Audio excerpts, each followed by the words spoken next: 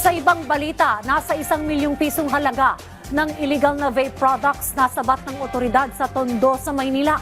Yan at iba pa sa ulat ni Floyd Brands. Nasabat ng BIR ang kahon-kahong mga illegal na vape products na itinago sa loob ng isang residential area sa Santo Cristo Street, Tondo, Maynila. Aabot sa 300 kahon ng mga illegal na vape products ang nasabat na may tansyang halaga na nasa mahigit 14 hanggang 15 milyong piso. Para mas mapalawak ang kaalaman ng mundo ukol sa Pilipinas at maibida ang talentong Pinoy, isang Filipino cultural group ang itinatag sa China kamakailan.